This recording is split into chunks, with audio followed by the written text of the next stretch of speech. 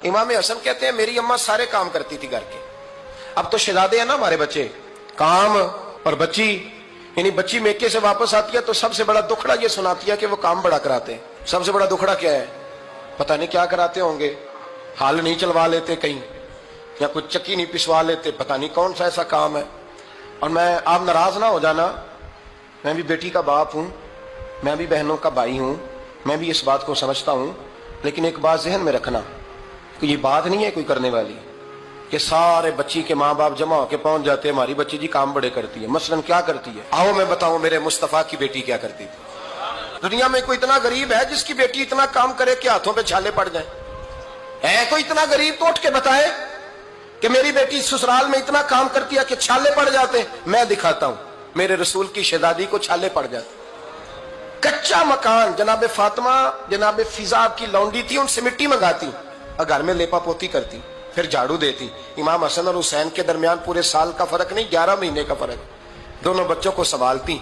जनाबे अली की वालदा हजरत फातिमा बिनते असद बूढ़ी थी, जनाबे फातिमा वो खोल के नौकरी करती कि हजरत फातिमा बोल पड़ती, हजरत फातिमा बिनते असद बोल पड़ती। कहती बेटे फातिमा मेरा इतना ना ख्याल रखा कर, तेरे अपने भी बच्चे हैं। जनाबे फातिमा फरमाती आप सिर्फ अली की माँ तो नहीं ना, आप मेरी भी तो माँ है ना। यहाँ बीबियां फलसफा बयान करती हैं, वो कहती हैं जी किस हदीस में आया है सास ससुर की खिदमत फर्ज है? मैंने कहा किसी में भी नहीं आया, लेकिन ये तो आया है ना कि शौहर राजी हो तो अल्लाह राजी रहता है। तो अगर शौहर माँ बाप की खिदमत से राजी होता है तो करो खिदमत, इसको तो राजी करना है ना, इस पर तो तवज्जो दो। हजरत फातिमा फिर चक्की पीसती। चक्की चक्की ये आसान जुमला नहीं कह जाते हैं हम, सुन लेते हैं आप। चक्की पीस कर, जौ पीस कर उसका आटा बनाना, फिर बच्चों के लिए खाना पकाना। फिर एक दिन कहने लगे अली आपकी आमदन थोड़ी है, खर्चे ज्यादा, चरखा नहीं ला देते?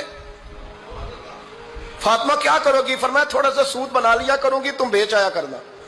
चलो मैं थोड़ा हाथ बटाऊंगी। ये सारी ड्यूटियां करके हजरत हसन बरवाते हैं। फिर इज्जत वाले रसूल की इज्जत वाली बेटी, फिर शानों वाले नबी की शानों वाली बेटी, फिर पाक महबूब की पाक शहजादी, सारी ड्यूटियां करके रात को मौला अली से कहती अगर आप इजाजत दें तो अल्लाह को राजी ना कर लूं?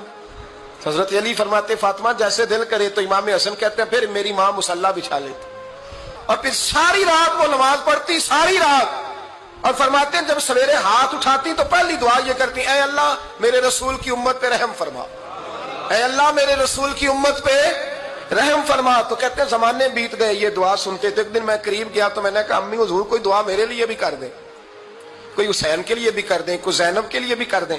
सारी दुआएं उम्मत मुस्तफा उम्मत मुस्तफा उम्मत मुस्तफा। कितना बड़ा जुमला है। जनाब फातिमा फरमाने लगी तेरे लिए भी करती हूँ, हुसैन के लिए भी करती हूँ, ज़ैनब के लिए भी करती हूँ, सबके लिए करती हूँ। पर बेटा याद रखना फातिमा की दुआओं पर पहला हक मेरे रसूल की उम्मत का है।